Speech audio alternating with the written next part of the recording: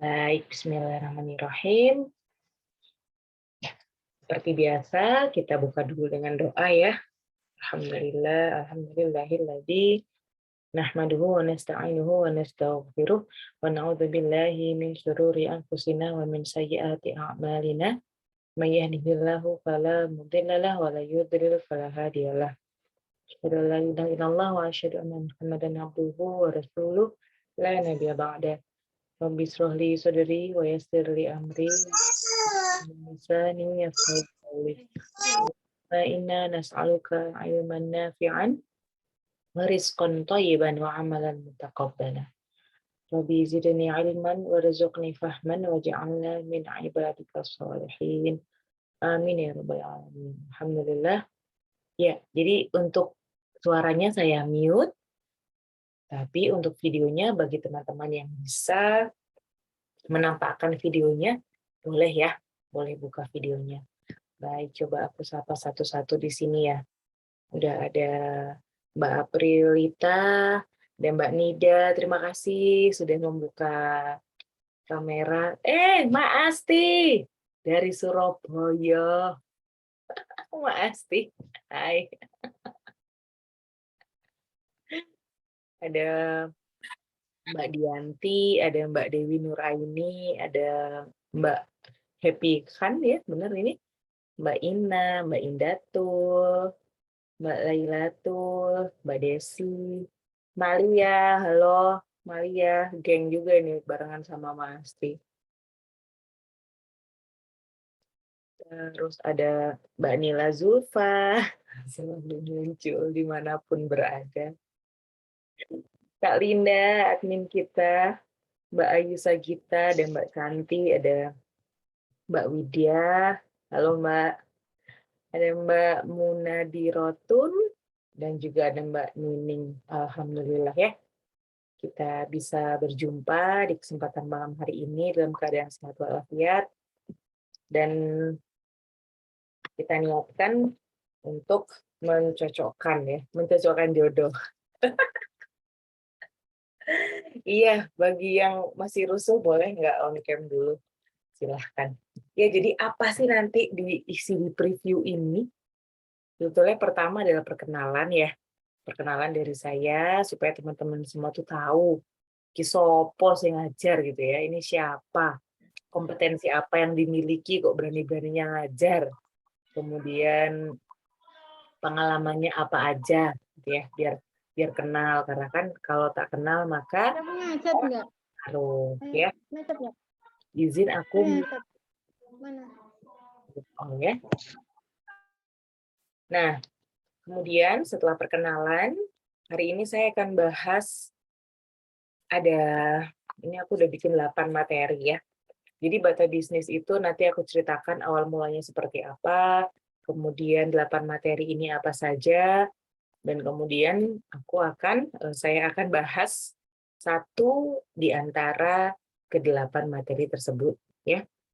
Insya Allah kita ada waktu sampai pukul 21.00 WIB untuk review kali ini. Kenapa kok saya bilang WIB? Karena banyak yang tidak di WIB. Kayak Kak Linda ini, beliau kan tidak WIB, tapi di WITA. Jadi mesti diperjelas bahwa ini WIB gitu ya. Teman-teman, itu mungkin buat kita yang apa sih Mbak, aku pakai WIB segala, ya betul lah alasannya. Oke, nanti apabila ada di antara teman-teman yang ingin bertanya, sangat dipersilahkan untuk chat dulu atau raise hand ya. Pertanyaannya nanti raise hand, supaya nanti bisa on cam pertanyaannya. Ketika bertanya bisa on cam. Oke, kalau begitu, bismillahirrahmanirrahim. Izinkan saya memperkenalkan diri. Bentar aku cek dulu ini filenya. Tuh, ada yang pakai pinky juga nih sama kayak aku malam ini. Alhamdulillah. Oke, ini kenalan dulu ya. Kenalannya dari modul 1 kelas JJS. Jurus Jago SOP. Soalnya biar gambarnya jadi satu gitu ya. Nanti udah perkenalan sedikit ya. Jadi saya di sini ada asli Malang, jadi Arema saya. Di Bandung itu sejak tahun 2008. Kemudian sekarang juga sudah ber-KTP Bandung. Jadi ya alhamdulillah betah di Bandung. Baik, saya share screen ya. Oke.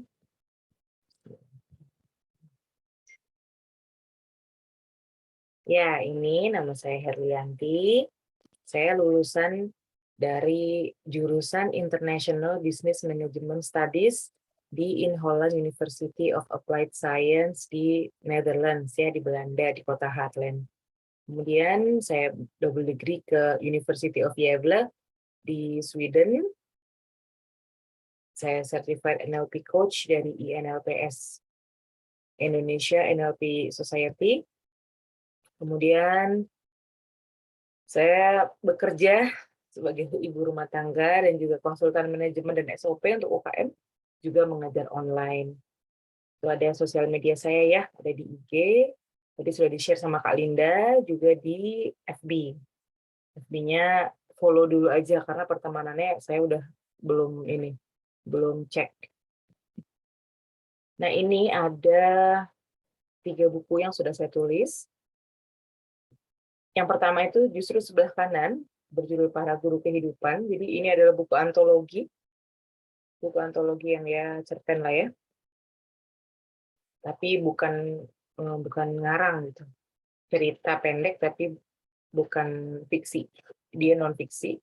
Kemudian buku yang kedua yang saya tulis adalah Resep Ampuh Membangun Sistem Bisnis Online. Ini diterbitkan oleh Billionaire Store. Saya nulis bersama Mak Muri Handayani. Alhamdulillah ini merupakan buku yang leverage banget buat saya ya. Kemudian yang ketiga adalah buku Bisnis Dahbook. Ini saya tulis bertiga dengan Ki Jenderal Nasution dan Mas Fuad Hasan. Nah, sekarang masih belum bikin buku lagi karena sekarang sedang beberapa 2 tahun ini sedang aktif mengajar online gitu, belum menulis buku lagi. Kayak gitu ya, kurang lebihnya. Nama saya Herlianti, cukup satu nama aja, satu kata aja, bisa dipanggil ya. Mau panggil Herlianti juga boleh. Begitu perkenalannya. Oke, saya stop sharing dulu. Nah, kemudian apa saja yang akan kita bahas dan kenapa kok saya bikin kelas Bata Bisnis ya. Saya ceritain dulu ya. Jadi Bata Bisnis ini awalnya saya udah lupa berapa tahun yang lalu. Lama banget lah. Dan dia dulu belum punya nama Bata Bisnis. Dia masih tidak bernama, belum bernama itu. Jadi awalnya saya diminta oleh salah satu distributor sebuah brand untuk mengisi di kelas beliau, di grup WA beliau. Nah, kemudian saya ngisi, kemudian dari situ terbentuklah modul materi tentang hal-hal yang menurut saya penting, gitu ya. Nah, kemudian alhamdulillah ternyata beliau mengalami lonjakan penjualan dari materi tersebut. Nah, dari situ kemudian saya utak-atik berganti-ganti materi tapi dengan judul yang sama, yaitu Bata Bisnis. Dan ini yang akan teman-teman terima previewnya adalah Bata Bisnis yang versi 2022. Jadi ini versi baru yang belum saya pernah ajarkan di sebelumnya, begitu. Nah, apa saja yang ada di kelas ini? Pertama adalah materi kenapa berbisnis. Jadi banyak sekali orang yang mungkin belum paham ya, belum paham kenapa kok dia mesti bisnis. Biasanya jawabannya yang sering saya temui adalah, "Iya Mbak, saya ngisi waktu luang, saya membantu ekonomi keluarga, saya mengembangkan bakat, dan hal-hal semacamnya." Nah, perlu diketahui bahwa cash merupakan alasan dalam berbisnis dan itu wajar sekali. Ya, siapa sih yang nggak mau dapat tambahan penghasilan gitu kan, makanya jualan, kemudian cari reseller, itu kan tujuannya untuk itu. Cuman kita akan belajar kenapa ada why yang kuat dan ada why yang lemah, dan kapankah why tersebut dianggap lemah, serta kapankah why tersebut dianggap kuat. Jadi kalau misalnya kita bilang cash, ya itu alasan yang baik, tapi itu alasan yang lemah. Karena mestinya beyond itu, mestinya di atas cash. Alasannya tidak boleh berhenti hanya di uang. Karena ketika berhenti hanya di uang, maka kita tidak akan bisa memaknai sebuah hal itu lebih dalam. Akan mudah bosan, akan mudah berganti arah, akan mudah tergoda dengan sesuatu yang lebih seolah lebih mudah gitu ya. Saya bilang seolah karena belum tentu. Belum tentu sesuatu yang mudah dikerjakan oleh orang lain itu mudah dikerjakan oleh kita. Jadi semua itu relatif gimana kita melihatnya. Dan teman-teman mesti tahu apa sih alasannya dalam berbisnis itu. Apakah cukup berhenti di cash aja? Nah, ternyata tidak. Ada orang yang tipe-tipe orang yang suka challenge. Dia suka sekali tantangan, dia suka ditantang, dia suka diberikan target, dia suka diajak untuk bergerak, diajak untuk lebih maju, untuk bergerak lebih cepat gitu ya. Ada orang-orang tipe seperti itu. Tapi ada juga orang yang inginnya berkarya. Jadi orang-orang yang seperti berkarya ini kayak gini, misalnya penulis ya. Ketika penulis itu menuliskan sebuah cerita, mungkin awalnya dia tidak berharap bahwa itu akan jadi bestseller, tapi dia menulis karena dia mencintai cerita itu. Jadi kalau kata Ayah Pidi, beliau bilang kalau kita mesti suka sama cerita yang kita tulis. Karena kalau kita sendiri nggak suka sama cerita yang kita tulis, bagaimana orang lain tuh menyukai cerita yang kita tulis, gitu kan? Makanya tipe-tipe orang kayak penulis, kemudian pelukis, kemudian penggubah lagu, pembuat lagu, seniman, mereka cenderung tidak memikirkan nanti berapa ya hasilnya gitu. Itulah kenapa kadang-kadang mereka butuh manajer ya untuk ngitung-ngitungin, karena fokusnya mereka adalah berkarya. Pokoknya saya berkarya, pokoknya saya membuat sesuatu hal yang baru, pokoknya saya berkreasi, pokoknya saya mengaktualisasikan diri. Nah, ada yang seperti itu, karena dia punya kreativitas. Ada juga orang-orang yang punya alasan untuk berbisnis adalah karena dia suka mengontrol dan tidak suka di bawah aturan orang lain. Jadi dia pengen mengatur, dia ingin mengubah sesuatu, hal-hal yang tidak bisa dilakukan ketika dia harus bekerja di bawah orang lain.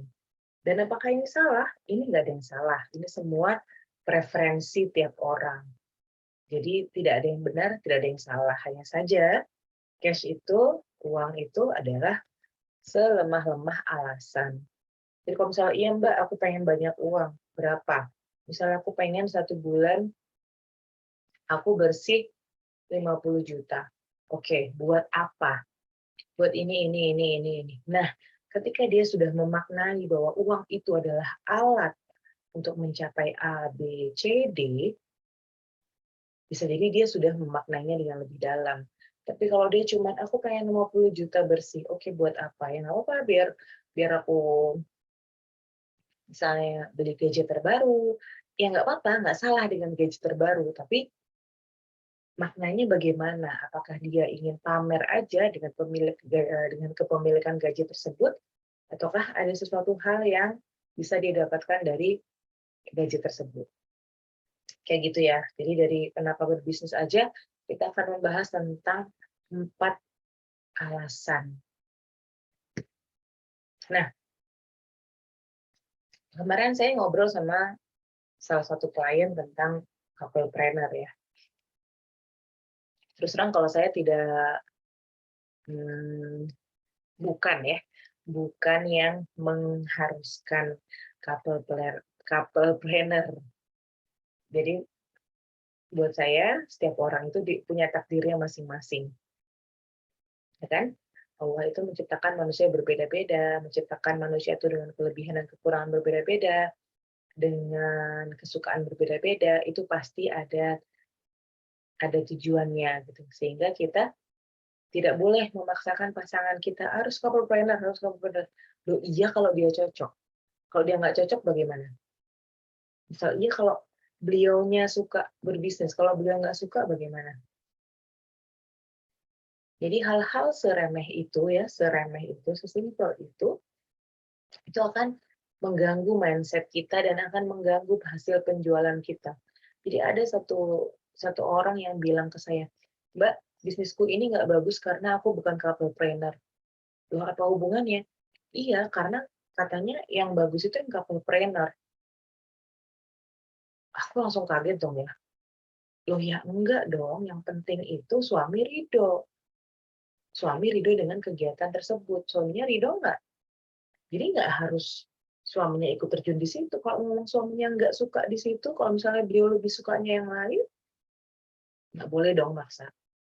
Kayak gitu. Jadi mindset-mindset yang akhirnya membuat penjualannya itu nggak optimal karena dia ngerasa bahwa selama saya nggak couple planner sama suami saya, penjualan saya akan gini-gini aja. Itu sangat berbahaya.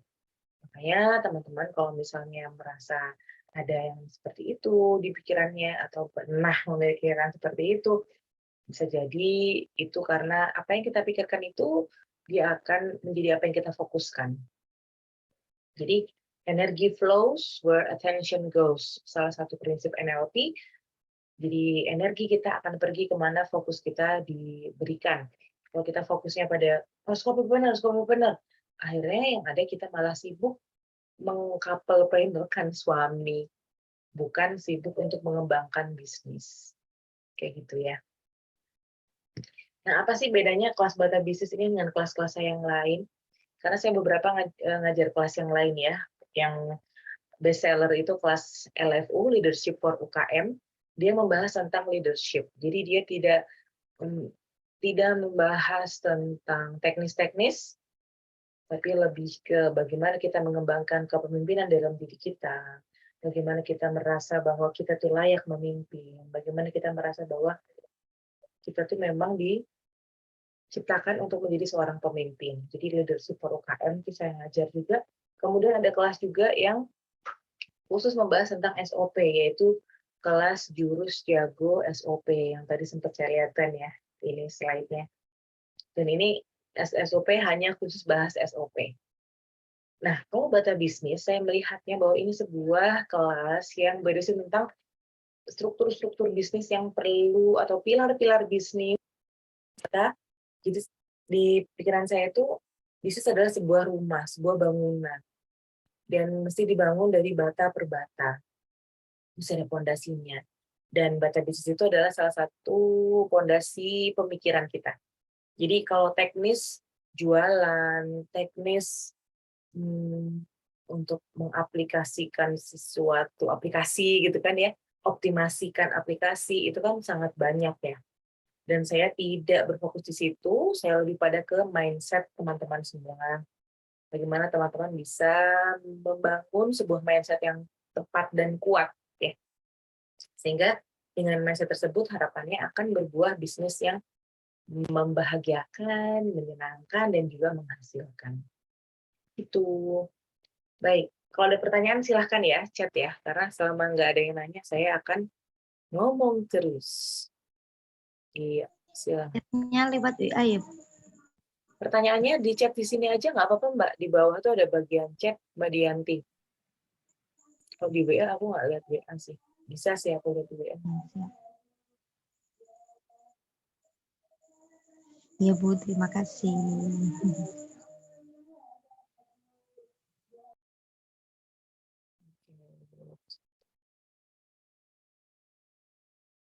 Baik. Ada pertanyaan, silakan chat di situ ya. Di bagian bawahnya ada chat. Jadi teman-teman bisa tulis chat. Oke, selanjutnya ya. Materi kedua. Apa sih yang saya bahas di kelas Bata Bisnis? Materi kedua adalah bagaimana teman-teman melihat produk dan jasa yang dijual. Jadi setelah mengetahui kenapa berbisnis, kemudian apakah benar emang misinya itu berbisnis, misi hidupnya bisa tercapai dengan berbisnis, maka teman-teman mesti punya kriteria untuk produk dan jasa atau produk atau jasa yang dijual. Jadi saya bertemu dengan orang yang tidak terlalu suka jual produk, sukanya jual jasa, dan itu banyak. Itu juga nggak apa-apa. Tapi ada juga yang sukanya jual produk, nggak terlalu suka jasa, nggak apa-apa juga. Nah, yang penting adalah bagaimana dia melihat tentang produk yang dijual itu seperti apa. Apakah dia melihat bahwa itu hanya sebagai cara untuk mendapatkan pundi-pundi uang, ataukah lebih dalam daripada itu. Contohnya, kenapa sih ada yang nanya misalnya, kenapa sih Mbak Lia kok bikin kelas? Jadi hobi saya itu baca dari dulu, saya suka baca. Dan saya suka mikir, dan menurut saya sesuatu input, apapun itu, dia nggak akan bisa baik kalau tidak ada output, ya kan? Makanya saya menghasilkan, memproduksi kelas itu sebagai output dari apa yang ada di kepala saya, apa yang saya baca, apa yang saya serap, itu semua keluar menjadi output. Nah, teman-teman juga sama, apabila mempunyai keinginan sesuatu gitu ya, kan ada ya orang yang, Mbak aku sukanya jual tas branded, atau Mbak aku sukanya jual sepatu, karena emang suka banget sama sepatu. Ya it's okay, nggak apa-apa. Yang penting dia benar-benar bahwa ini tuh saya, output saya seperti ini, karena jangan sampai teman-teman itu menjual sesuatu yang nggak di hati gitu ya. Bukan artinya harus menyukai, karena juga banyak orang yang tidak memakai produk yang dijual, tapi teman-teman bisa melihat bahwa ini akan membantu orang lain, oh ini akan menjadikan orang lain lebih begini, begini, begini gitu ya. Jadi mindset itu yang ingin kita bentuk. Oke, sampai di sini adakah pertanyaan? Saya izin minum dulu ya.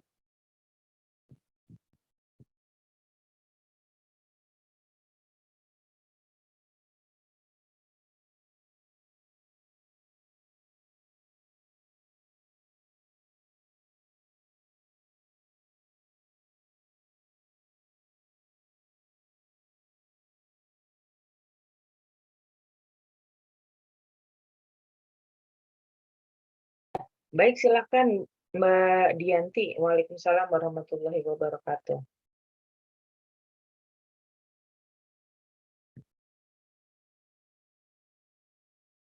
Ini silakan mau di chat atau mau buka mic juga boleh.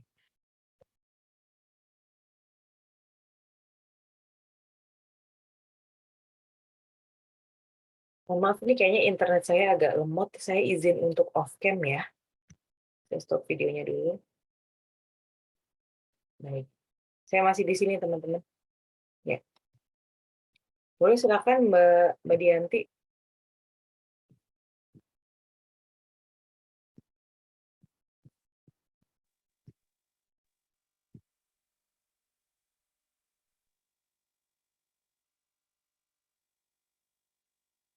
Ya, mungkin masih ngetik ya. Ini Mbak Santi buka mic, apakah mau bertanya?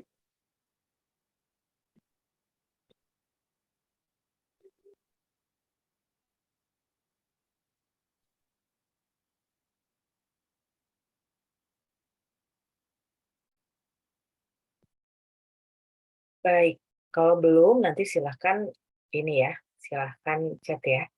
Saya akan melanjutkan ke materi ketiga. Oke, sudah ada pertanyaan. Dari Mbak Dianti. Saya punya patokan ketika pertama saya share laku berarti dia jodoh.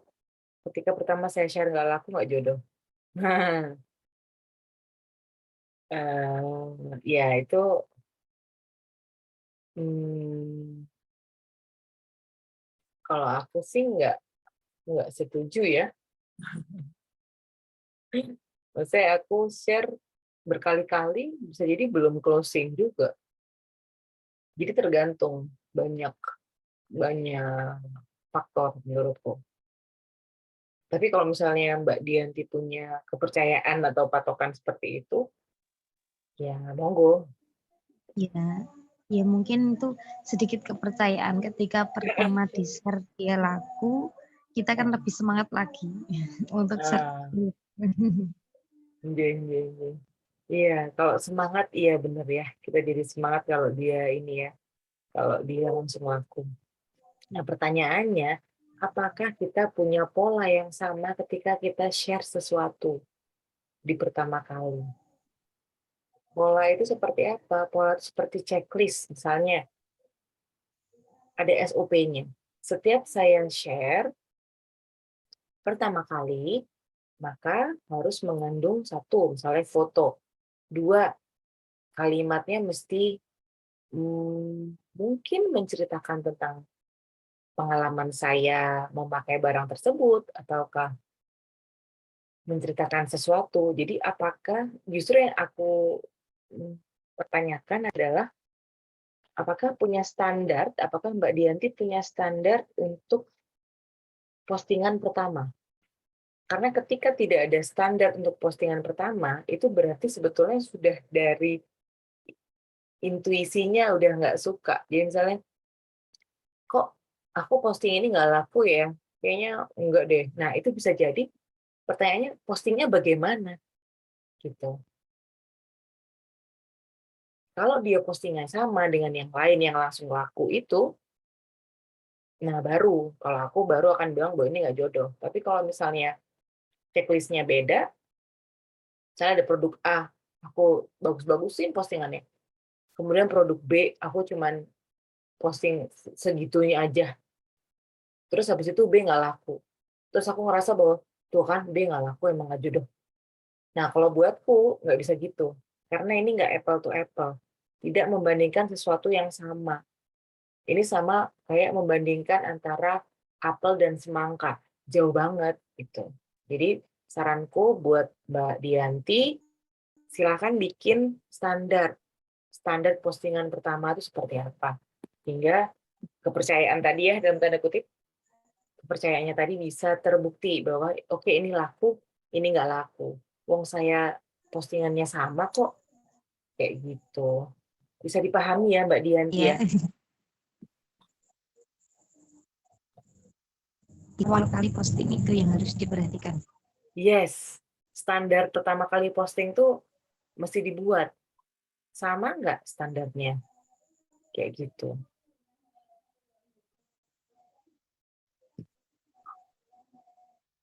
Kayak gitu ya Mbak Dianti ya. Nah, kemudian ada pertanyaan dari Mbak Farida. Oke, Assalamualaikum Mbak. Waalaikumsalam warahmatullahi wabarakatuh. Mau tahu cerita Mbak Lia sampai di titik ini bagaimana? Di titik ini tuh di titik mana Mbak? Di titik posisi rumah atau di titik Mbak Lia sampai di titik ini, di titik bisa nge-share tentang apa ilmu-ilmunya gitu Mbak, kan mestinya kan ada suatu cerita di baliknya gitu loh Mbak. Saya penasaran, menginspirasi saya dan teman-teman di sini gitu. Nggih, matur nuwun Mbak Farida. Ya, jadi tadi aku ceritain bahwa aku suka baca ya. Orangnya aku suka baca, aku dari SMP itu bacaanku sudah Gatra. Gatra dan Gadis. Kalau tahu Gatra itu dulu udah dibredel ya, udah nggak ada lagi, dia dulu majalah politik kayak Tempo. Nah, kemudian waktu SMA, alhamdulillah aku terpilih jadi salah satu peserta pertukaran pelajar namanya AFS. AFS itu American Field Service. Jadi kita gratis bisa tinggal setahun di luar negeri. Waktu itu saya terpilih di negara Belgia. Yang belum tahu, negara Belgia itu negara yang sangat kecil, dia dekat Belanda dan dia dulu bekas jajahan Belanda. Makanya bahasa yang digunakan adalah tiga bahasa, Inggris, Belanda, dan Prancis. Bahkan juga ada yang bagian yang Jerman juga. Itu. Nah, kemudian setelah pulang dari AFS, saya masih di Malang ya itu ya. Saya SMA 3 Malang. SMP-nya SMP 3 Malang juga. Sekolahnya di MIJS, Madrasah Ibtidaiyah Jenderal Sudirman. Nah, kemudian saya kuliah lanjut ke Belanda. Jadi waktu itu ada pihak Belanda yang mencari inilah ya,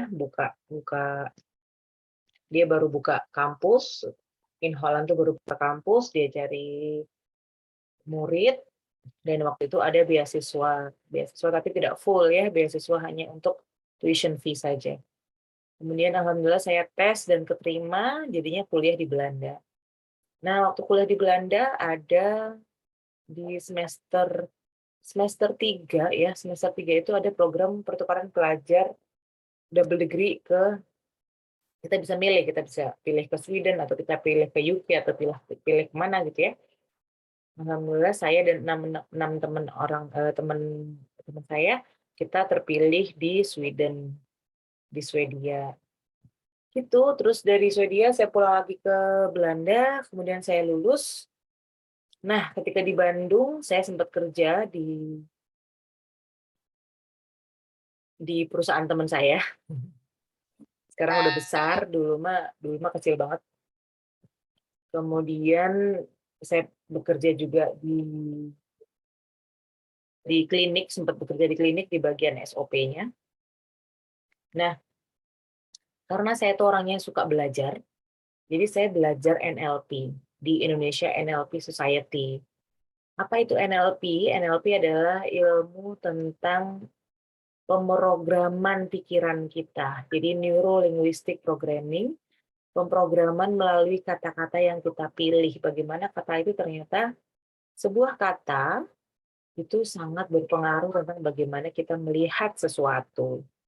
Kayak gitu, saya belajar NLP, ada melewati 2 ini ya, ada NLP Essential. Kemudian saya ambil sertifikasi untuk coach-nya, jadi NLP Coach. NLP Coach ini waktu itu saya harus belajarnya di Jakarta. Jadi dari Bandung ke Jakarta, naik kereta api, bareng-bareng juga sama Teh Rita. Teh Rita yang ngajar kelas CBSA ya. Kemudian dari situ, alhamdulillah lulus. Setelah melewati beberapa kali kelas, kemudian materinya kalau nggak salah sebulan tiap weekend gitu. Terus 30 sesi untuk coaching, kemudian ujian 2 kali, alhamdulillah lulus. Akhirnya certified di 3 tahun yang lalu. Kemudian saya juga belajar tentang grafologi, karena saya suka memikirkan kenapa tulisan saya itu bisa berubah-ubah, dan bagaimana orang itu bisa dilihat dari tulisannya. Kondisi seseorang bisa dibaca dari tulisannya. Saya belajar grafologi, saya udah certified, alhamdulillah. Kemudian apa ya? Ya, saya emang suka ngajar orangnya. Saya suka ngajar, saya ikut tes talent mapping. Talent mapping itu dia tes bakat. Jadi ada 50 sekian bakat ya. Ini yang membuat talent mapping itu adalah Abah Rama dari Bandung. Beliau memetakan ada bakat-bakat apa saja. Kemudian dari situ keluar profil atau profesi yang tepat untuk bakat-bakat ini, untuk campuran bakat-bakat ini, bakat-bakat terkuat ini, profesi apa yang cocok. Dan alhamdulillah, saya berada di profesi yang tepat. Jadi saya cocok jadi coach, jadi konsultan, jadi trainer, itu saya cocoknya di situ. Ya alhamdulillah, kemudian ya kayak gini aja, karena saya suka baca, sampai sekarang saya masih baca buku ya. baca buku, saya rutin, insya Allah rutin baca buku, jadi ya insya Allah akan selalu ada sesuatu hal yang baru. Kayak gitu, jadi teman-teman, walaupun sudah ibu-ibu, aku juga ibu-ibu, anakku 3, yang 1 SMP, yang 2 SD, yang 1 masih umur 2 tahun lebih, aku juga masih sempetin baca. Karena kita masih mengupgrade diri terus, ya. Jangan mau memasukkan hal-hal yang negatif, memasukkan hal-hal yang membuat kita jadi curiga atau apa gitu ya. Tapi kita mesti isi dengan hal-hal yang positif, yang bikin kita lebih pintar, lebih sabar, lebih baik, lebih tajir. Kayak gitu kayaknya ya. Panjang ya ceritanya. Mohon maaf ya, mungkin membosankan. Makasih, Mbak. Sami-sami, Mbak Farida. Jadi terinspirasi untuk lebih banyak membaca. Oh iya, wajib. Membaca itu wajib. Itulah kenapa ayat pertama yang turun itu Iqra. Iqra bismi rabbikal ladzi khalaq. Bacalah atas nama Tuhanmu yang menciptakan. Oh iya. Jadi Betul? apa namanya jenengan ya apa namanya ikut tes potensi diri, bakat-bakat gitu. Akhirnya menemukan passion yang benar-benar pas gitu. Nggih. Oh Karena iya. karena gini, aku percaya bahwa setiap orang itu dia punya misi hidup yang berbeda-beda toh. Dan Iya. itu kita nggak bisa nyontek, nggak bisa niru orang. Kalau nggak pas. Yang kita bisa tiru adalah orang yang pas profesinya sama kita, yang pas bakatnya sama kita, yang pas misinya sama kita. Dan kita mesti kumpul sama orang-orang kayak gitu. Iya. Saya Karena masih kalau nggak, belum menemu. Masih nyari belum ikut nemu. tes aja Mbak Farida. Yang Oh, tes talent mapping itu emang dia agak mahal ya. Dia 500.000 itu sudah sama konsultasinya. Bukan ke aku nggak certified. Ada ke teman yang certified talent mapping. Jadi itu dari pertanyaan-pertanyaan. Jadi kita jawab pertanyaan. oh iya. J, kayak gitu. Makasih loh Mbak ya inspirasi. Sami-sami Mbak Farida. Oke, nanti yang mau ikut talent mapping boleh di grup ya. Kita iniin dulu. Online Mbak Novi. Nanti ada yang ininya, yang ngetesnya. Jadi bukan aku, orang lain. Oke, ini dari Mbak Ayu Sagita. Assalamualaikum. Mau nanya, tapi kira-kira ini masih nyambung nggak ya? Atau begini, ciri branding mulai terbentuk di manakah? Jualan dulu atau branding dulu? Ini pertanyaan yang sudah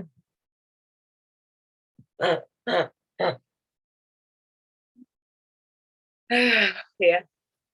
Branding itu apa sih? Pertanyaannya gitu.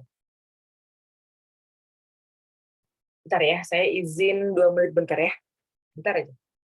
Saya akan kembali, ntar aku ngomong kalau aku udah balik. Silakan istirahat dulu ya, ngambil minum atau apa, ya. Bentar.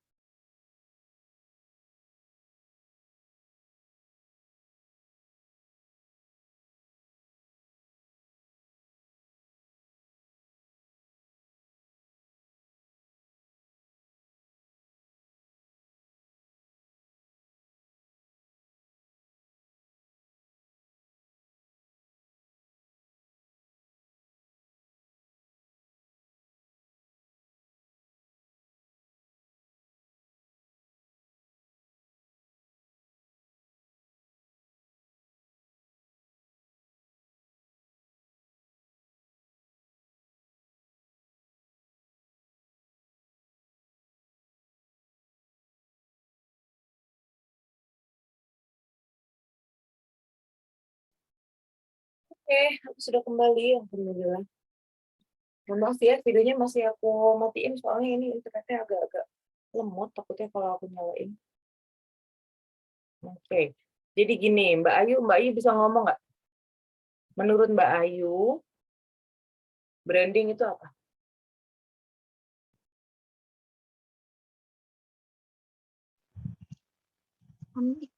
On mic aja Mbak. Iya, on mic aja Mbak Ayu. Kan tadi udah buka itu. Udah buka video. Yuk. Ini juga mungkin pertanyaan teman-teman yang lain ya. Pertanyaan dasar.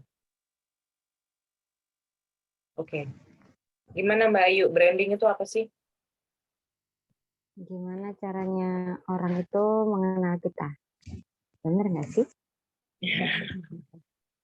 Maksudnya bagaimana caranya orang mengenal kita tuh kayak gimana? Contohnya, emang Mbak Ayu tuh orangnya apa? Sekarang lagi membranding Oh, iya. diri Mbak Ayu sebagai apa?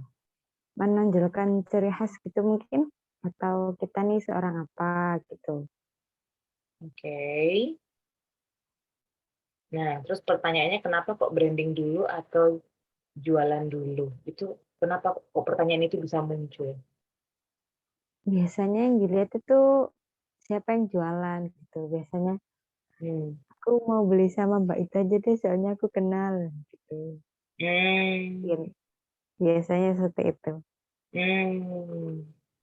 Ya. Kenapa dia beli sama Mbak itu karena dia kenal. Jadi orang beli itu karena trust. Karena ada rasa percaya. Itu bagaimana kita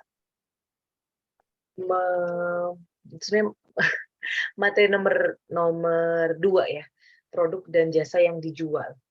Jadi kalau kita itu sering memposting sesuatu, ya kan, ini teori branding ya. Ini teori branding zaman dulu nih aku ceritain jadi. Teori branding zaman dulu, zaman tahun 70-an itu, dia bilang bahwa otak itu seperti slot-slot disket. Slot-slot disket itu apa? Tahu ya slot disket? Jangan-jangan nggak tahu Tahu, slot disket ya. tahu. Ya, jadi komputer tuh kan kalau zaman dulu ada disketnya ya. Sekarang udah enggak ya. Intinya ada tempat-tempatnya gitu.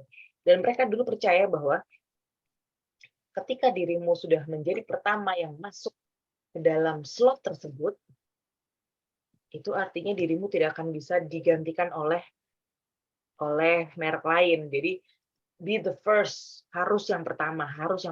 Karena kalau misalnya otak itu kayak slot disket, kalau udah ada yang masuk, udah nggak ada yang bisa masukin lagi.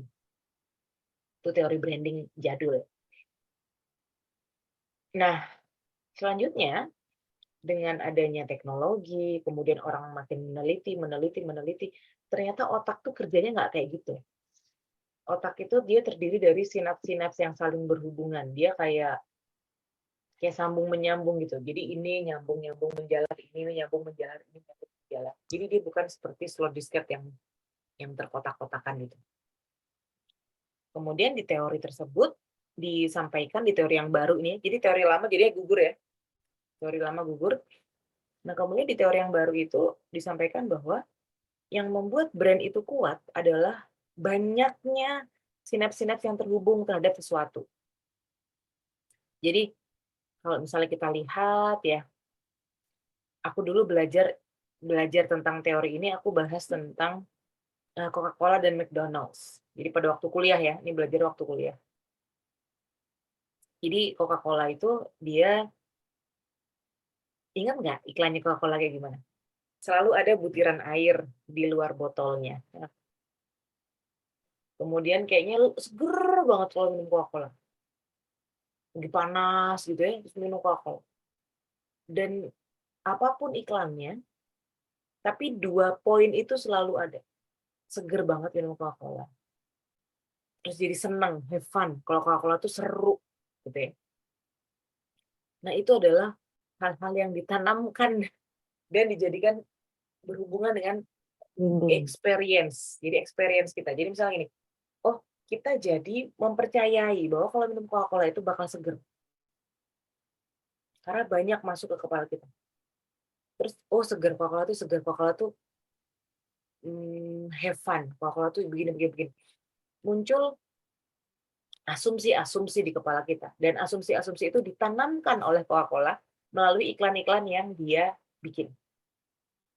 Sampai akhirnya Pepsi, dia juga sama. Dia bilang, yang penting orang-orang tuh harus mengalami experience dengan produk tertentu. Kalau misalnya kita punya experience buruk, pengalaman buruk dengan produk tertentu, yang ada kita nggak akan pernah beli produk itu lagi karena kita udah punya pengalaman buruk sama dia. Kita ingat, oh, itu mah buruk, itu mah jelek, itu mah apa murahan gini nggak mau. Tapi kalau kita punya pengalaman baik, kita punya pengalaman menyenangkan, kita punya hal-hal yang seru untuk diingat, maka otak kita akan mengasosiasikan itu dengan produk tersebut. Nah, begitu juga dengan orang. Bedanya kalau orang itu karena dia itu belanja atau dia transaksi itu melalui trust. Kayak gini aja. Orang yang nggak akan percaya, yang belum percaya saya, belum kenal misalnya, dia nggak akan ikut kelas bata bisnis yang harganya 5,5 juta. Dia bakal mikir gini, alah 5,5 juta, buat berapa? 9 kali pertemuan, emang belajar apa kita? Emang dia jamin apa? Emang gue bakal jadi kayak gimana setelah ikut kelasnya dia? Gitu kan, karena kita belum trust. Tapi kalau ada seseorang yang kita trust banget, terus kelasnya lebih mahal, misalnya kelasnya aku kasih kelas 9 juta online, hanya 9 kali pertemuan, tapi dirimu udah trust, dirimu akan ngejar itu. Enggak, gue mau yang itu tuh. Padahal bisa jadi ya, aku nggak bilang tentu, tapi bisa jadi yang diberikan materi yang lebih murah ini, yang cuma 5,5 juta ini lebih bagus dan lebih ngimpact, lebih berefek dibanding yang materi 9 juta. Ya kan? Jadi ada trust di situ. Ada sebuah percaya di situ. Jadi ada dua kuncinya, ada asumsi dan ada trust. Nah, asumsi. Disitulah kita membangun branding kita. Orang tuh ingin mengasumsikan kita seperti apa. Kalau main ke Instagram aku, main ke Facebookku, kalau zaman dulu-dulu tuh banyak yang bilang gini, Bali kayaknya orangnya galak banget ya. Galak kenapa? Iya, soalnya postingannya pendek-pendek, gini-gini ya. Sampai akhirnya aku dapat masukan juga banyak kan. Nah, akhirnya sekarang postinganku lebih menunjukkan bahwa aku tuh begini loh, kelasku tuh isinya ini. Harapannya apa? Harapannya orang memang benar yang belum kenal itu mengasumsikan aku dengan seperti itu. Dan ketika kenal, mereka menambah trust. Itulah kenapa kelasku tuh nggak cuma satu. Ada kelasku harganya cuma 600.000. Yang leadership for UKM sama jurus jago SOP itu cuma 600.000. Nah, orang kalau nggak trust sama aku yang 5,5 juta, mungkin dia nggak apa-apa kalau nyoba yang 600.000, dia nyoba dulu. Gue nyoba dulu deh, ini orang gimana sih ngajarnya? Ini orang enak nggak sih? Ini orang ngerti nggak sih dia ngomong apa? Coba deh, gue kasih nih. Nih 600.000 gue ikut kelas lo. Ya kan? Nah, semakin bertambah trust, dia kan, makanya tadi tuh ada tuh di chat ya, di grup ya, ada Teh Leni. Teh Leni yang dia bilang, enggak Mbak, ini biayanya mah enggak sih dia bilang tadi tepatnya. Teh Leni muncul deh di kau. Mana ya, dia tadi bilang. Enggak sebanding dengan manfaatnya, Teh Leni bilang gitu. Karena Teh Leni itu sudah ketemu saya, sudah kenal saya dari beberapa tahun yang lalu gitu. Jadi beliau paham. Gitu. Jadi seperti itu. Kalau pertanyaannya branding dulu atau jualan dulu, ya jelas brandinglah sambil jualan. Ya, caranya gimana? Caranya bagaimana memasukkan asumsi-asumsi itu ke dalam postingan-postingan iklan. Kayak saya tadi bilang, iya kalau harga kelas ini sekian, harga kelas ini sekian, tiba-tiba Mbak Novi bilang, mau Mbak yang SOP dan leader UMKM, kan saya nggak iklan. Aku kan cuma bilang aja. Nah, itu berarti dia sudah tertanam sesuatu hal. Nah, kayak gitulah jualan tuh. Kita nggak perlu jualan frontal, kayak belilah ini nggak usah, nyanyi aja kayak tahu bulat gitu kan. Akhirnya orang-orang ingat tahu bulat nih. Dengan nyanyian itu orang-orang ingat tahu bulat nih, jadi kebayang mobilnya angetnya tahu bulat pakai micin gitu kan ya. Oh iya, ada jet tuh digoreng dadakan di Nakatel ya kan, itu akhirnya kita hafal. Nah itu, apakah tahu bulat itu jualan dulu atau branding dulu? Dia dua-duanya bareng. Berjalan. Ya. Menjawabkah Mbak Ayu dari dongeng saya? Bisa. Coba Ya, aku terima kasih. pengen tahu buktinya ya. Kalau bisa paham, teman-teman yang tadi nanya tuh ada Mbak Farida, ada Mbak Ayu, sama ada Mbak Dianti. Besok posting. Aku pengen tahu, tag aku deh pemahaman dari jawabanku. Gitu ya. Boleh di Instagram, boleh di Facebook. Oke. Ya, sip. Berani terima tantangan ini? Ya, itu kan kayak iklan sesuatu. Siap. Terima kasih, Mbak Ayu. Oke, siapa lagi yang mau nanya sebelum aku jelasin lagi? Belum ada ya? Oke, lanjut ya. Kita masih ada waktu sekitar berapa belas menit ini? Dikit lagi, 18 menit lagi. Oke, materi ketiga, kita akan bahas tentang membina itu bagaimana. Jadi ini baru nih, materi ketiga ini baru. Membina itu bagaimana? Karena kita mesti meng-create leaders. Dan ini pertanyaan yang banyak sekali aku terima, Mbak, gimana ya cara membina? Gimana ya cara meng-create leaders? Insya Allah kita akan bahas di situ. Karena hubungannya dengan materi ke selanjutnya, yaitu tentang target. Yang sudah baca di Facebook saya dan Instagram saya, sudah paham ya bagaimana saya melihat target. Saya memisahkan target menjadi 2 mazhab. Jadi 2 mazhab ini, yang pertama adalah mazhab target yang tidak mungkin untuk diraih. Jadi ada orang yang memberikan target itu tujuannya supaya orang-orang nggak bisa mencapai target itu. Supaya target itu menakutkan. Atau ya pokoknya, ya itu benar, dia harus gede gitu ya. Tapi tidak dilengkapi dengan equipment yang tepat, tidak dilengkapi dengan kapasitas yang tepat. Nah, kemudian ada mazhab yang kedua, yaitu aku bilangnya mazhab anak tangga ya. Mazhab anak tangga ini adalah bagaimana kita memberikan target yang besar, tapi dengan target-target kecil. Jadi kalau lihat anak tangga itu bagusnya tingginya 15 cm. 15 cm itu kan pendek ya. Tapi kalau misalnya anak tangganya ada 500, itu kita bisa jauh nih perginya. Bisa tinggi loh. Tapi kalau anak tangganya ada 100, ya kita juga bisa tinggi juga. Tapi kita melaluinya tuh 15 cm, 15 cm, 15 cm, 15 cm. Nah, membina itu seperti itu. Karena kita adalah manusia, dan manusia itu adalah makhluk proses, maka yang perlu kita pahami adalah kita tidak bisa memperlakukan manusia itu seperti memperlakukan mesin.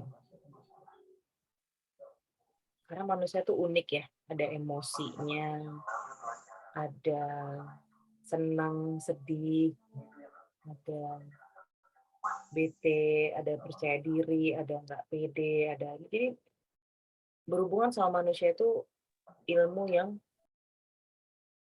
seni ya, ilmu yang sebenarnya seni, dan itu butuh skill yang berbeda. Itu nanti selain di sini saya juga akan bahas di leadership for UKM karena itu emang tentang leadership ya. Tapi intinya ketika kita memberikan target kepada seseorang, itu artinya kita sedang membina orang tersebut untuk menjadi orang yang lebih besar kapasitasnya dibanding dia sebelumnya. Jadi bukan hanya supaya omset kita tercapai, bukan hanya supaya target kita tercapai, tapi kita sedang membina orang, kita menumbuhkan orang. Menumbuhkan tanaman aja kita butuh waktu ya. Dan itu Allah yang menumbuhkan. Apalagi manusia yang lebih kompleks. Ya pasti butuh waktu lagi. Apapun yang kita lakukan ya itu cuma ikhtiar aja. Ujung-ujungnya manusia punya free will. Dia punya keinginan sendiri apakah dia mau untuk maju ataukah tidak. Karena sebagus-bagusnya external motivation, tidak ada yang lebih bagus dan tidak ada yang mengalahkan internal motivation. gimana caranya memberikan target, tapi target tersebut dibikin sendiri sama yang punya target. Gitu. Jadi kita akan bahas. Oke, saya izin itu bayinya memanggil-manggil. Baik, kalau ada pertanyaan silahkan. Saya izin matikan video ya.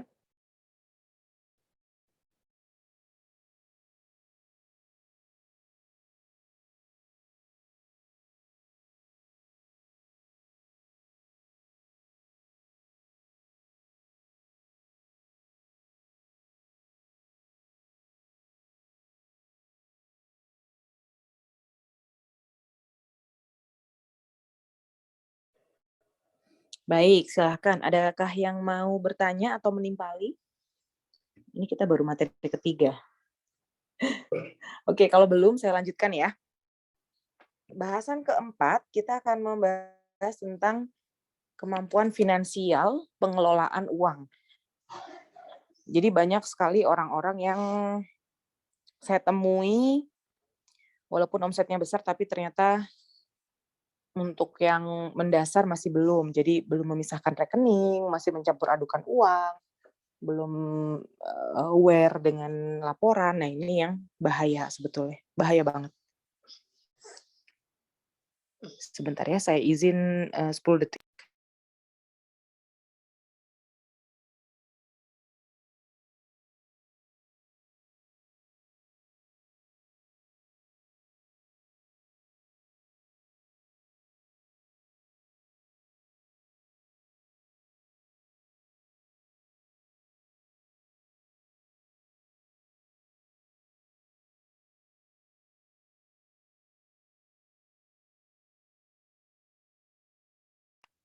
Ya, baik. Saya pernah ya ketemu orang yang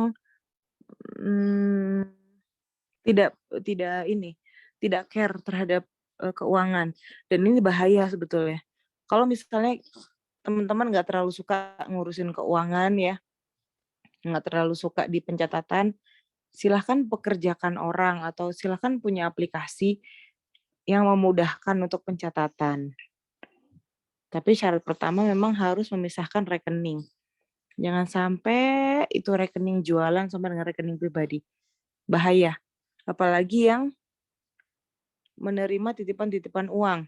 Jadi misalnya nih, alur pembayarannya tuh harus ke reseller dulu gitu, sebelum disetorkan ke penjualnya. Nah itu kan bahaya ya, kalau misalnya dia tercampur antara uang pribadi dan uang bisnis. Yang ada kadang-kadang merasa bahwa itu uangnya semua. Padahal itu bukan uangnya semua, itu ada uang orang lain di situ. Apakah ini terjadi? Iya. Apakah ini terjadi pada orang yang saya kenal? Iya. Jadi ini mumpung teman-teman masih kecil, maksudnya masih kecil tuh belum sampai triliunan ya. Aku yakin di sini kan udah banyak yang udah MM-an kan, udah banyak yang miliaran. Amin. Jadi dari sekarang udah harus diperbaiki mindset-nya tentang bagaimana melihat uang. Karena uang itu dia adalah master yang buruk. Dia adalah juragan yang buruk. Tapi dia adalah pelayan yang baik. Jadi uang tuh mesti dijadikan pelayan aja. Kayak gitu ya. Oke, sampai di sini. Adakah mau bertanya? Kita ada waktu 10 menit lagi. Kalau untuk bahasan materinya, nanti saya bisa lanjutkan di grup WhatsApp ya. Bisa aku sampaikan. Mungkin besok lah ya. Besok pagi gitu ya, atau siang insya Allah. Nanti kapan aku kabarin ketika lowong. Nah, mari kita manfaatkan 10 menit terakhir ini untuk tanya jawab yuk. Silakan teman-teman.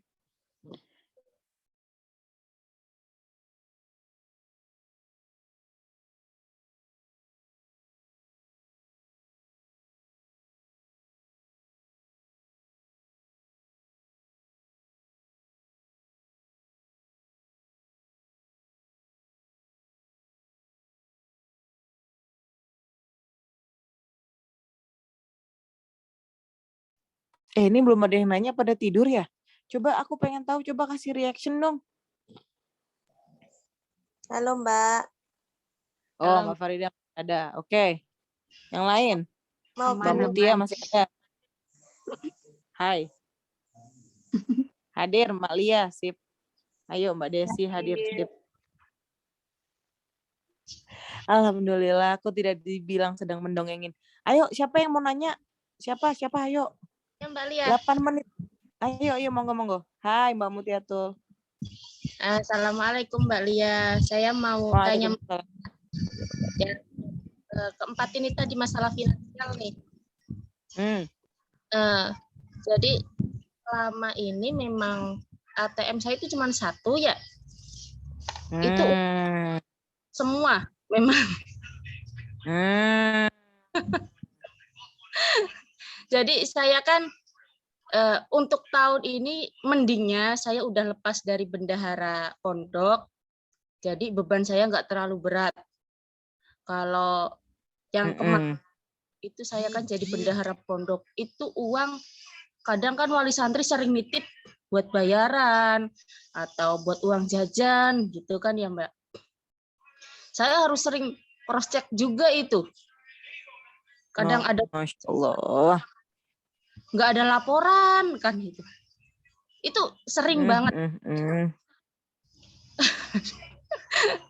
Nah, sampai-sampai uang ini ketika ada orderan, saya juga teliti satu-satu itu orderannya. Ini masuknya berapa? Terus saya ke admin. Bu mau buat itu pikir-pikirnya tuh ya. Buat apa? Dipikir-pikir itu apa pertimbanganmu menunda-nunda itu apa? Ya, pertimbangan pertama dari tim itu mereka nggak mau saya ganti rekening. Udah saya sarankan bikin flip kan ya Mbak. Udah saya kasih caranya juga. Sob, pada bikin flip kan gitu ya. Udah saya japriin satu-satu itu. Suruh bikin flip. Nggak ada yang kemudian kalau ya ke wali santri pakai flip, kayaknya mereka masih awam gitu tuh Mbak. Masih belum ngerti. Jadi pertimbangannya tuh itu. Loh, kan dirimu bisa buka rekening yang sama di bank yang rekening yang beda di bank yang sama toh?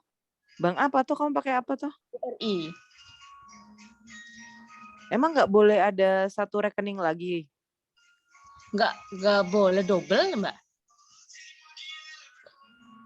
Oh masa? Bisa. Di atas nama suamimu aja toh?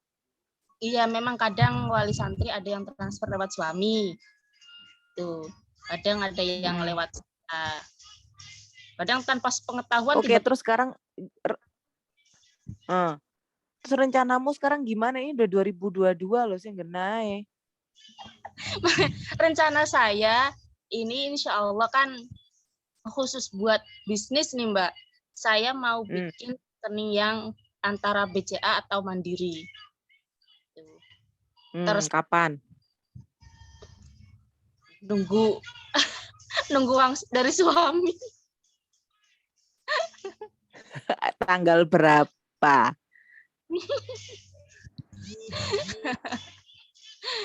Kapan ya? Belum ngobrol juga ini. Aslinya memang ribet banget masalah ATM ini, Mbak. Bener. Iya, kebayang aku. Sudah sangat terbayangkan. Ampun, ya Allah.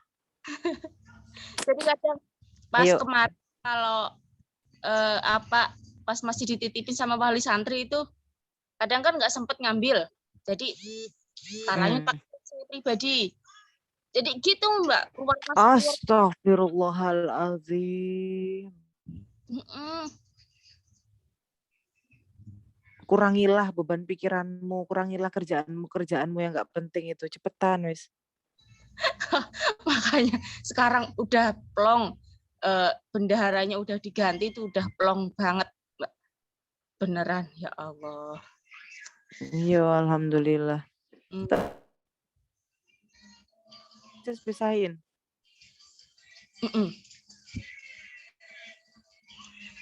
Nanti pokoknya agak buku tabungan posting di grup. Laporan. Mbak, aku udah. Ojo koyo Insya ngono. Allah. Ya. Soalnya 2022 loh. ini Mbak. Harus ke kota kan. Ya rapopo. Kamu kan nggak perlu naik kapal laut toh untuk ke bank. Iya. Kalau dirimu harus naik kapal laut, harus naik pesawat 18 jam. Nah itu baru masalah. Paling berapa jam? 5 jam? Enggak nyampe sih. Nah iya. Mengorbankan berapa jam untuk ketenangan jiwamu, masa enggak mau? Iya, Mbak ya. Ya. Ya, siap-siap. Matur suwun ilmunya. Tak tunggu kabarnya. Insya Allah.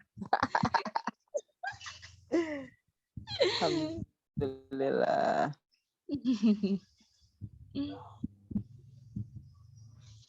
Tuh, yuk pion lagi Mbak Dianti. Aku simpen Des BRI punya 3 rekening. Loh, kuy. Iso. Oh, bisa Mbak Oke, Dianti. lanjut. Ayo di grup, di grup. Ini aku kurang 2 menit lagi nih, masih ada yang nanya. Aduh, gue. Ini Mbak Lia ya, terakhir ya. Ya. Nah, saya itu saya punya 2 rekening. Ya. 2 rekening semuanya BRI. Yang satu buat transaksi online, bisnis kayak gitu-gitu. Dan yang satu itu ini ceritanya rekening mantan dulu saya BRI dulu kan sudah lunas, saya pakai nabung. Nggak ada ATM. Nggak ada buku rekening. Nah, maksudnya saya itu juga sama. Satu rekening itu buat uang keluar masuk, kadang ambil buat kebutuhan sehari-hari gitu. Meskipun pencatatan tuh ada di atas, ketahuan tuh laba saya berapa ketahuan. Tapi wujud uangnya dipakai muter gitu. Itu berarti saya tuh harus bikin rekening buat pribadi atau kayak gimana tuh Mbak? Saya kan cuma punya rekening 2 kan. Satu buat nabung, yang nggak ada ATM-nya tuh saya khususkan buat nabung biar nggak bisa diambil memang. Gitu. Iya.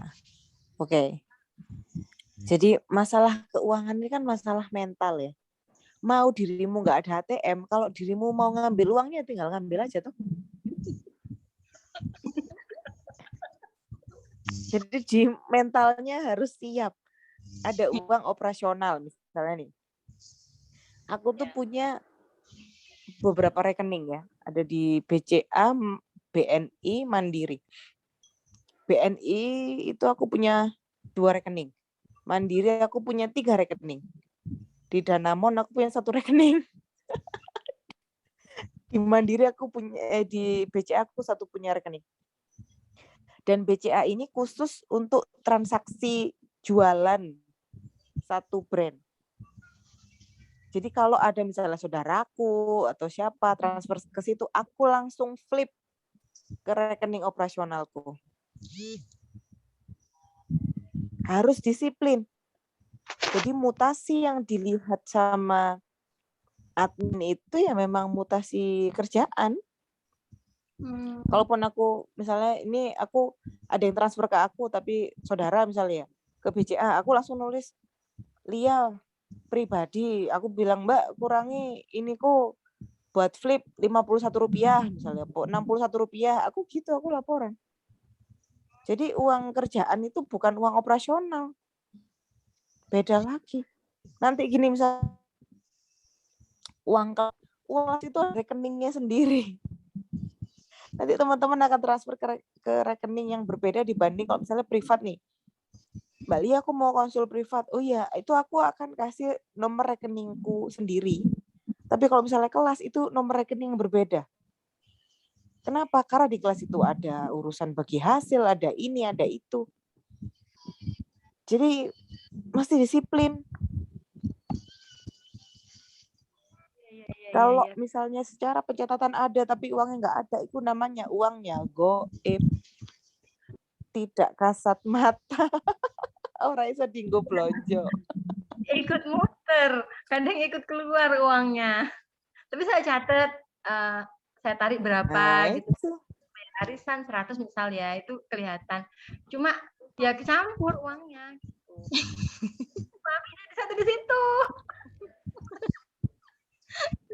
Ora iso. Berubah. Bikin rekening Tobat. Wong, Kak Linda ngawur diambil tuyul. Ya kita sendiri tuyulnya. Iya, uang tuh masalah mental, sudah. ya. Enak bisa lah.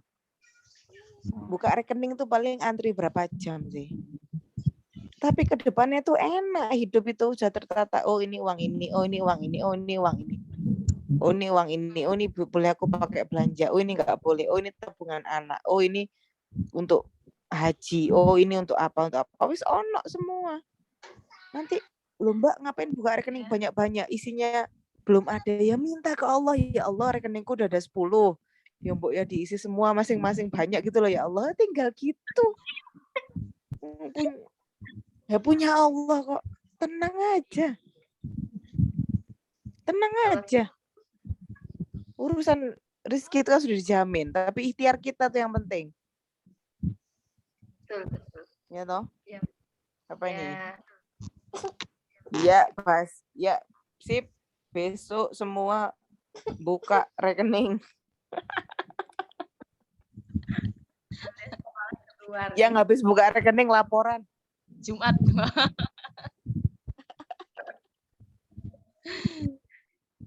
Ya, betul. Terima kasih Mbak Lia. Baru kenal Mbak Lia ini. Ye. Sami-sami. Pokoknya jangan hanya mempercayakan pada catatan, uangnya harus sama segitu. Nah, nek catatan tok yang gopo. You. Oke, satu lagi pertanyaan ya. Sudah lebih dari 4 menit ini kita. Wait. Dari Pak Lukman mungkin ya. Atau Mbak yang pakai nama suaminya. Assalamualaikum Mbak Lia. Terkait keuangan, apabila uang pembayaran dari reseller setornya ke admin, berarti admin harus punya rekening terpisah ya? Tergantung. Apakah adminnya sudah bisa dipercaya atau belum untuk punya rekening sendiri yang kita nggak bisa ngecek. Atau kitanya yang ngalai punya rekening baru. Jadi tergantung, ini situasional ya, situasional. Kalau kitanya masih ini, Mbak aku mending rekeningku sendiri ya nggak apa-apa. Atau Mbak aku udah percaya sama admin, biar atas nama dia aja, ya nggak apa-apa juga. Ini situasional banget, aku nggak bisa jawab. Karena aku juga ada yang rekeningnya rekening admin. Jadi admin itu membuka rekening baru untuk transaksi. Kayak gitu. Nah, kemudian dari Mbak Dianti lagi nih. Mbak, kita tahu kelemahan kita ada di manage pengelolaan debit kredit. Nah, sedang kita belum mampu untuk ambil pegawai yang pas di bidangnya. Sarannya gimana, Mbak? Sarannya pakai aplikasi aja, banyak aplikasi. Kan ada ya aplikasi yang apa itu? Sally atau apa itu? Yang pakai di keyboard HP itu katanya bisa sampai ini. Sampai pencatatan keuangan. Aku juga belum tahu sih. Iya betul, Sally Mbak. Itu juga banyak yang kayak, ya Sally ya, benar ya? Sally malah ada invoice-nya cakep sekarang. Nah, itu ada invoice-nya. Jadi banyak kok udah mudah sekarang ya. Tapi kalau misalnya Mbak aku lebih suka yang nyatat konvensional ya nggak apa-apa. Mbak aku lebih suka yang ini aja aplikasi, HP-nya kuat segala macam ya aku pakai ini, pakai aplikasi aja. Kalau sementara, Mbak aku belum mampu, HP-nya belum kuat, bisanya manual dulu ya nggak apa-apa. Ngalah dulu untuk nyatet. Wong aku dulu juga manual banget kok. Aku tuh dulu ya aku sempat punya bisnis ya. Itu manual sebelum bisa mampu menggaji admin keuangan itu dulu manual. Jadi uang masuk aku tulis di bon kecil, uang keluar aku tulis di bon kecil. Kalau kurirku belanja aku tulis juga. Jadi benar-benar pencatatan itu rapi. Aku ngambil uang berapa, aku menggaji uang apa gaji diriku berapa itu catatannya manual semua. Nggak pakai aplikasi apa. Tapi kan itu kembali lagi ya itu masalah mental. Jadi kalau kita mentalnya sudah bagus, sudah rapi, manual pun juga. Tapi kalau mental keuangannya belum rapi ya akhirnya kita musuhan terus sama uang tuh. Nah, jangan musuhan sama uang. Bersahabatlah dengan uang kayak gitu. Ya. Ini apa mana lagi? Kelas jet kayak gimana, Mbak? Oke, kelas jet itu Mbak siapa lagi? Mbak Bulan. Oke, aku jelasin sedikit ya. Kelas jet itu singkatan dari Jadi Emak Tersenyum. Ini sebenarnya batch yang ketiga ini aku masih agak-agak polanya karena polanya berbeda jadi kurang bagus responnya. Jadi agak-agak masih mencari. Jadi aku belum ini ya, sementara belum membuka lagi kelas jetnya. Kalau kelas jet yang pertama itu dia 3 kali pertemuan kalau nggak salah atau 4 kali ya. Tapi sekarang karena polanya itu lewat Telegram, kemudian lihat kurang bagus responnya, jadi akunya juga agak-agak mempertanyakan diriku sendiri gitu.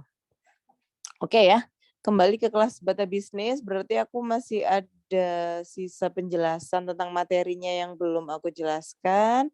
Untuk harga kelasnya untuk tahun ini harganya 5.500.000 ya.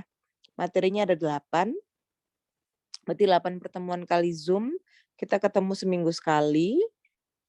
Dan ada 1 kali konsul privat via Zoom ya. Nanti Mbak Linda akan ngasih link untuk seleksi. Jadi teman-teman gini, walaupun punya uangnya, belum tentu aku